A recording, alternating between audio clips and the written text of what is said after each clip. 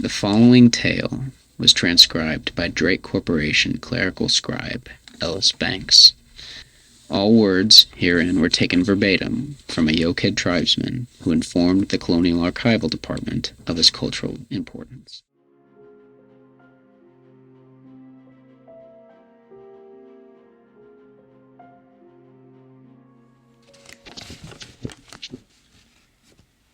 White eyes in the wicked cold dark.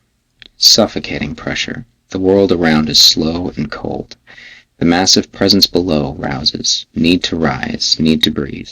Find the rope, find the top, get to the light, get to the light.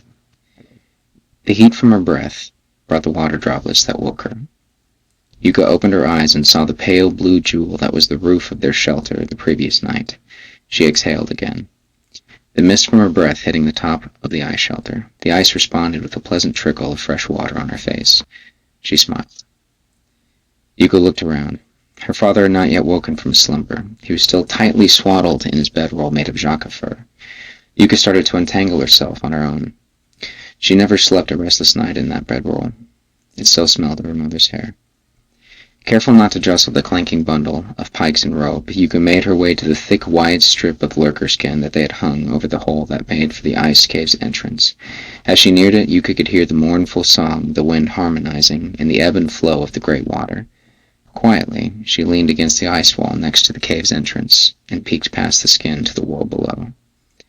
20 or so lengths of a man downward lay the shifting, quaking dock of ice and rock, where Yuka and her father would soon start their journey. After a quick climb down to the base of the cliff, they would find the tent of the shore's master, and Yuka would begin her test. It was Yuka's first true test in the dark, and she was so excited that she could hardly sit still. You rise early, as your mother did. She was ever a green-blooded moon-born, her father groaned, finally stirring in his bedroll. Yuka grinned, crawling so as not to hit her head on the ice roof of their cave. She moved to grab the dried kelfish meat for the breakfast. It is the true blood of a true greeneress that bids me wake early. Mother always said it was best to beat the sun when tending to one of her temples. Yes, her father said in a mocking tone in his voice, and she always saw fit to wake me with her, though I have never wished to challenge the light star in a race. Yuka slid one of the thin, bone-handled knives from the brace on her belt to slice off 2 generous slivers of the dried salted fish meat. She handed one strip to her father. The older man ripped a hunk of it off with his teeth. I suppose it bodes well to rise early for one's dark trial. You may even beat the Salt Sisters down to the coast. Yuka knew worry must have shown on her face. She heard her father adopt a comforting tone. Fear not that group of haggard women. They are there to enact the ceremony and prepare you. Nothing more, my girl. Yuka used her fingers to rip off an oily hunk of the salted meat in her hand. They are also there to judge, for all the tribes, whether or not the Deep Mother accepts me. Her father was finishing rolling up his bedroll when he looked over at her. Here now, girl. You are Yuka, daughter of Siku, green blood of the Sang Forest. He shifted himself in their cramped cave and scooted next to her. His hand still held the salt of the kelfish as he brought it under her fur hood. His hand gently held out a thick lock of her hair. It was the color of blood over fire. 1 girl in 1,000 is born thusly, he smiled. The Deep Mother and the Green Spirit has marked you as one of their tempests. Think not of any that the Salt Sisters may say of you, only know that you are envied, girl, and have every faith that you will serve well today and rise a respected woman. Yuka smiled warmly at her father. Ready for the last bit of cliff? The man sighed. Whoosh, girl, my breakfast is barely halfway down my throat. Despite his complaining, her father began tying the bone and iron teeth to his padded boots. Yuka's heart raced. A short climb down, and then the future. After both of them had finished their fish and strapped on the teeth to their boots, Yuka pulled back the thick lurker skin door. A blast of night-chilled wind crashed into her, sending tingles all through her arms and legs. Yuka smiled. The air was fresh and salty. She looked down. Taking a calming breath, Yuka began unraveling their massive roll of hempen rope. A knot was tied to the thick line to mark the length of a man in regular intervals. Carefully, Yuka began lowering the rope out of the mouth of the cave, counting every knot as it passed through her fingers. Her father began hammering a thick pike about the length of Yuka's arm into the icy floor of the cave. 22 lengths, Yuka called out confidently, as she felt slack in the rope, signaling that an end was met at the bottom of the sheer cliff. Her father snorted. Well, that's a little less than half of what we climbed yesterday to get here. I suppose that's something to be thankful for. At least the wind has died down from last night. Yuka nodded. Thank the mother we found this shelter. Still, her father looked out of the mouth of the cave uneasily. Yuka rolled her eyes. The one cliff-born who hates heights. She quoted her uncle's jabbing words. Her father chuckled. I still made the climb to your mother's temple, and by the dark mother below, she chose me out of all the other men in that village. That was the last climb that felt worth it. The one and the one you do with me now, Yuka said, grinning pointedly. Her father nodded ruefully. Aye, this climb. Now let's to it, girl. Best not keep the Salt sisters waiting. Unease slipping into Yuka's mind again, she tied the other end of the rope to the pike in the cave floor and began their descent. The light was barely hinting its presence over the black and blue horizon when Yuka had first looked out of the cave, but by the time she and her father made it to the frigid ice and the rock base on the cliffside, the light star was bare and bright above the horizon. When her teeth-shod feet hit the rock below, Yuka wiped the thick sheen of sweat from her brow and gave a great contented exhale. Her forearms and back stung from the labor of the climb, but she looked overjoyed at the sensation. A good warm-up for the day's task. Yuka looked around her. Less than 50 paces from the base of the cliffside was the wandering village of the tribe that guarded this shore. A vast, scattered expanse of massive tents made from jaca and lurker skin dotted the area of ice beach around them. The massive living halls looked to be like the tops of heads of great giants buried in the snow. Yuka could begin to smell the crackling meat of the morning meal, cooking in 100 or so cook fires spread throughout the camp. Despite the breakfast, you could feel her stomach rumbling. Do I smell jaca flesh and the clink of copper rings? The woman's voice cracked so loud it must have broken some of the ice. Yuka turned, grinning, to see the largest woman born from these mountains. She stood taller than any man in her tribe and held 3 bone-handled daggers with the warrior stain upon them in her belt. Aunt Aglu! Yuka ran into the cavernous embrace of the larger woman. The copper rings Aglu referred to jingled in the weaves of Yuka's hair. Yuka inhaled the familiar smell of fire honey and southern smokeweed. What brings you in from the waves? Yuka said breathlessly, as the massive woman sat her down. I've come to see my love sprite become a leader, braving the dark below. One of her large hands slapped Yuka on the back. Aglu looked over behind her. Oh there, Coopin. Are you keeping my favorite niece focused on the task ahead? Yuka's father rolled his eyes. She has the will of her mother and the stubbornness of yours. You think she needs my help with that? Aglu bellowed a great laugh. I think she's spared enough to bring life back into even these old salt hags. Aglu's head jerked in the direction of the largest tent of the icy beach. I swear, these followers of the Dark Mother below have let their hearts sink into the icy black water, not a mirth among them.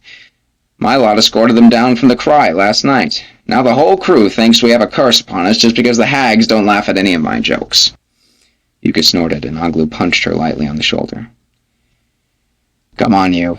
We must make ready. Foreboding mixed with her excitement, Yuka followed her on towards the tent of the Salt sisters. Next to the tent, Yuka saw 3 men with oiled cloths wrapped tightly around their nose and mouth, taking bone knives and axes to the massive steaming carcass of a long-dead lurker. Yuka had never seen one alive. Even with its head and top fin missing, the corpse was nigh as large as the tent beside it. The scent of lurker fat, vinegar, and blood filled Yuka's nose as they entered the waving tent flap. A massive wave of heat washed over her as Aglu opened the tent flap. The source of light was what first drew her eyes. At the center of its tent was a great curved stone. It was white, with brown and black speckles, and looked to have been carved to look like the night horizon's crescent moon.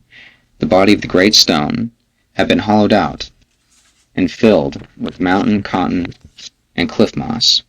Oily fat from the great lurkers had been poured all over it. A dozen figures stood near it, their forms turned black by its bright light.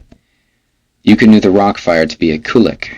In the southern tribes there were forests and wood plenty to go around. Here in the dark north, warmth and light were precious and labored hard for. Fear not, my darling. You are about to see and feel. Everything you are about to see and feel is not more than what you can take, she heard her father call after her. Yuka took a breath and stepped towards the tent flap. The sight within turned all excitement to fear. 3 girls, of an age with Yuka, knelt before the hearth flame. They were darkly silhouetted against the bright, warming fire. One had the black hair of the southern mountains, and the other had hair the color of tree bark and looked to be one of the nomads from the crags. Bent before them was a diminutive crone. Entirely in black lurker skins she was dressed, sewn together with oiled twine. Her face was covered in a thick paste Yuka knew to be made from the blood and dried jaka dung. A veil made of the twine and fishing nets guarded her eyes. The Light Rider. She beckoned Yuka to kneel next to the other girls by the fire. Yuka did so, glancing back only once, seeing that her father had not followed her in. Men are not allowed amidst the keepers of the salt and the dark. As Yuka knelt, doing her best to control her breathing, the crone walked towards her. The woman had eyes like sunlight through ice, and Yuka knew that under her gaze she held no secrets from this woman. The Light Rider was dipping a thick, gnarled root of some kind of bowl in a strong-smelling brown vinegar. Her eyes were closed, and she was muttering something to herself as she approached Yuka. Yuka closed her own eyes as well, attempting to outwardly show her reverence to this moment, but the scent of dried blood and sour vinegar was so strong that it stung her nose and eyes. When she opened them again, the Light Rider stood before her, her head cocked slightly to the side, considering her. Yours is the Halo tribe, near the copper shards, yes? The woman's voice sounded like the scrape of bone on rock. Yuka, not wishing to break the silence in the quiet room, full of reverent women, nodded her head. The old crone chuckled. Green followers, the lot of them, but you've come to taste the dark instead. Why? Yuka could feel the eyes of the girls kneeling next to her boring into her side. She knew that she must speak, or risk insulting the hardest woman of the shores. My father is cliff-born, sister, and my mother read in the roots that I was to swim the black. The crone settled back into her stance, considering the young girl carefully. Your mother was a green blood. Realization came over her face. Siku, by the dark mother, you have her eyes. I see it now. The old woman smiled, and it was not a kind smile, but it was not malicious either. If you live today, child, come ask me about your mother and our first winter. Yuka blanched. After a moment she nodded. The Light Rider brought out the dried root. Like a brush, she dipped the strong-smelling liquid gently down and over Yuka's face. The girl's eyes closed. She kept them tightly shut, but could still feel the sting near the corners of her eyes beginning. Take the bitter, take the cold, the crone whispered. They will hunt you. They are wise. The ancient woman took a step back. Bring the vial. 4 women wearing black furs and skins bore forth 2 massive steaming wooden vats of an amber liquid. They set them down before the 4 girls. Dress yourselves, the Light Rider said quietly. All the women around began whispering chants to themselves as the 3 girls and Yuka stepped forward. Together all 3 stripped down to their underclothes. Yuka felt a harsh breeze cut across her shoulders and midriff. She did not hesitate dipping her hand into the putrid amber liquid, but felt nausea beginning to well up inside of her. She prayed to the dark and her mother's green spirit that it was simply disgust at the lurker bile and not the nerves of the task ahead. The 4 girls lathered themselves until they were covered head to foot in the thick, stinking stew. The Light Rider smiled and gestured to the front flap of the tent. Ready. Near the shore, outside of the tent, all stood before the hole in the ice. It had been hacked by the tribesmen before dawn that morning, now looking like a circle of starless night. Yuka did not know what to think as she stood there shivering. All around, man and woman were silent. Yuka knew Aglu stood near behind her, but could not take her eyes from the water to look. Think not of the cold. Your bodies will not fail you with the lurker's own essence guarding your own.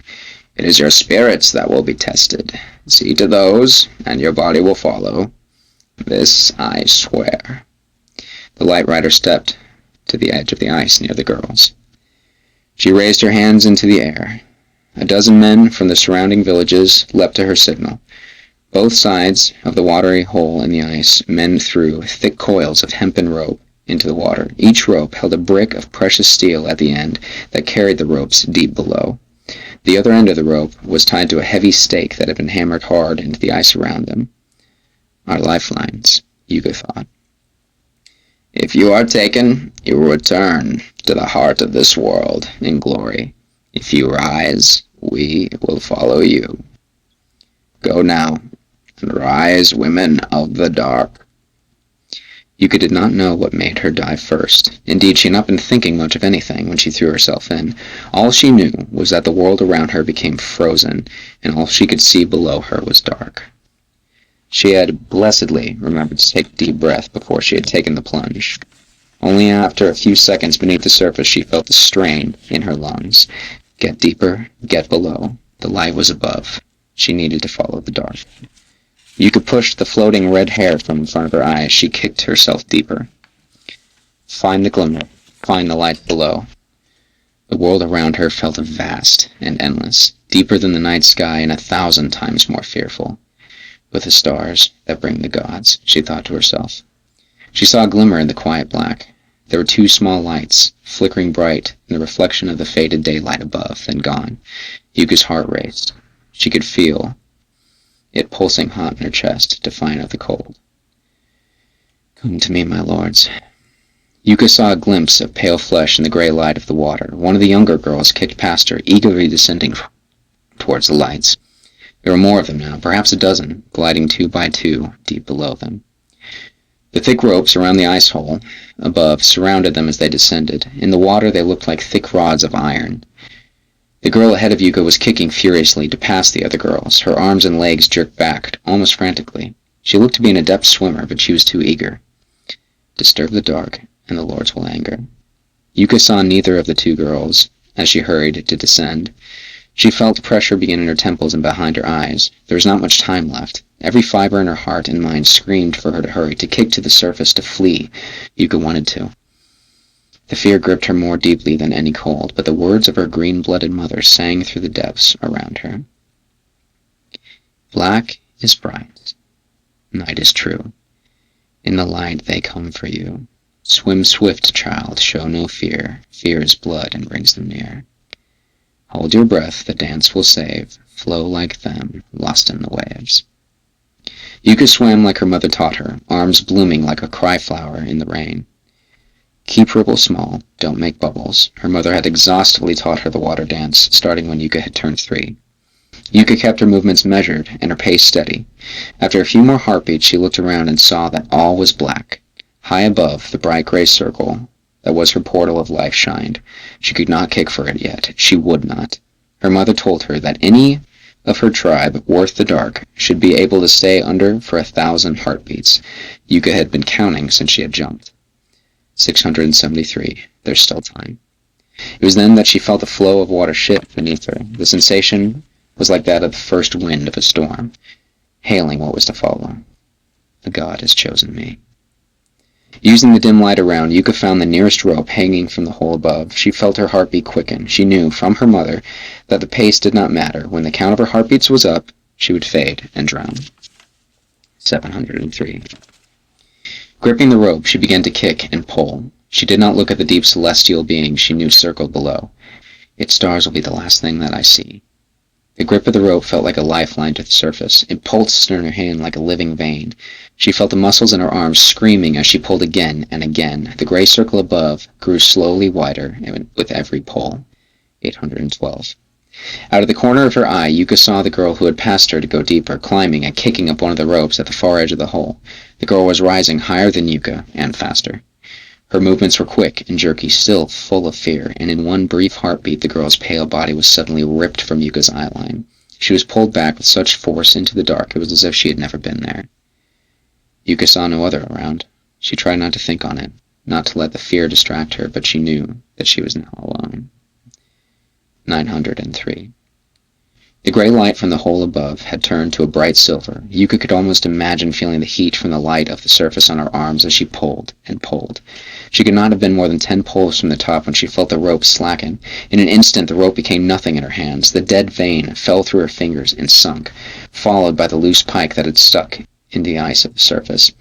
The realization of what had happened to her, that what would happen to her next fell upon Yuka in a strange, sickly numbness. She was about to be given to the black for her people, to feed what fed them, and make herself one with the cycle of the deep mother. My mother fed the green, now I feed the black. She looked down. Below was a deep, eternal night. Not a fleck of the surface light reached the dark expanse below. 10 poles beneath Yuka, the stars came for her. 2 bright, translucent eyes crowned a multitude of glimmering white teeth in the gray light. She could just begin to see the black outline of the wide wings on either side of the great maw. The lurker had a third wing, like all females did, on top, just a little ways down its cylindrical body. Its great head was rotating slightly as it rose to meet her. Its movements were perfect, effortless, beautiful. A dance. Yuka danced with the god. 974. Yuka twisted her body, barely thinking. She wasn't even sure if she was trying to live. She brought her legs up under her and spun in the water, eyes closed. She reached out. Her fingers felt thick, oily flesh. She gripped and felt a force that threatened to rip her arms from her body and her lungs from her chest. Her entire being surged upward. Light bloomed around the corners of her eyes. 998. In a strange moment, sound crashed through her ears like a boulder through ice. Cold like she had never felt seared her flesh. Wind roared in her ears, and the freezing air sang into her chest as she inhaled with all of her might. Yuka opened her eyes. She saw the world from above. The people of half a dozen yoke-head tribes stared at her, and the lord she clung to as they rose higher and higher in the air. Yuka felt the air around her, and roared. Yuka roared for her tribe. She roared for Aglu, her father, but most of all she roared for her green-blooded mother, loud enough for her to hear her all the way to her place beneath the dirt in their village's green temple. After, she fell. Yuka and her god fell with such speed that it felt so very strange after water. For her life, Yuka did not let go of the top wing of the massive lurker. She saw people running on the ice below them. They were running away, screaming. She saw the blue and white ice rise to meet them. When the lurker hit the ice below, Yuka thought the ice had broken. It felt like they had fallen with force enough to crack a mountain. As they hit, she finally lost her grip on the lurker and was flung hard onto the ice. She heard a second, smaller crack and felt a horrible pain lance up her ribs. Darkness circled Yuka's eyes as the pain almost took her. She laid her head back on the cold ground and breathed deeply again. "Yuka!" Her father's voice rose through the following silence. Yuka could barely focus enough to recognize the sound. She felt a great movement to her side, and the lurker convulsed on the bare ice next to her. Through the blur of exhaustion and pain, Yuka saw Aglu summit the great beast. The warrior woman held a great, banded bone lance in her enormous fist. With a bellow, the massive woman thrust the lance deep into the lurker, just below the eye, bringing the god peace. It shuddered mightily below her, then lay still. Yuka smiled up at her aunt, who grinned back, shaking her head in wonder. Yuka felt another painful throb in her arm and looked down to see it bent at an odd angle. "Yuka! Yuka, let me near her!" A small crowd of all who had come were already surrounding the girl. Yuka looked behind her to see her father shoving warriors and fisherfolk twice his size out of the way to get to her. He knelt beside her and cradled her head. "My sweet girl, what have you... how did you..." "Away from her now, Cliffborn." The raspy voice of the light rider cut through the murmurs of all who gathered. "Let her stand." Yuka's father began to protest. She can't possibly..." "Let her stand," the light rider spoke calmly. Yuka felt her head gently sink back to the ice as her father stepped away from her.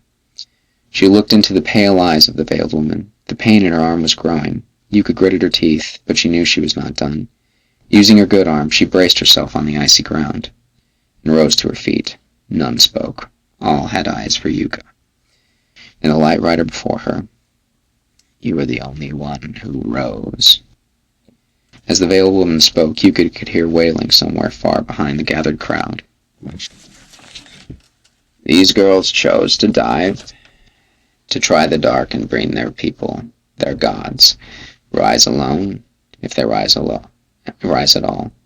You did not just bring our gods to us, you rose as one." The veiled woman looked at the lurker behind Yuka.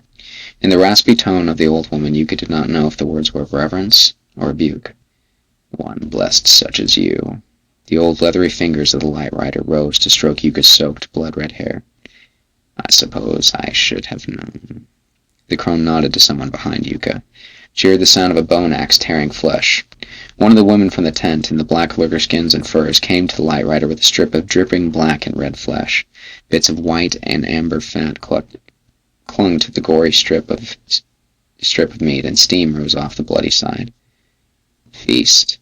Claim your god, and let your next step taken be the first that leads us all.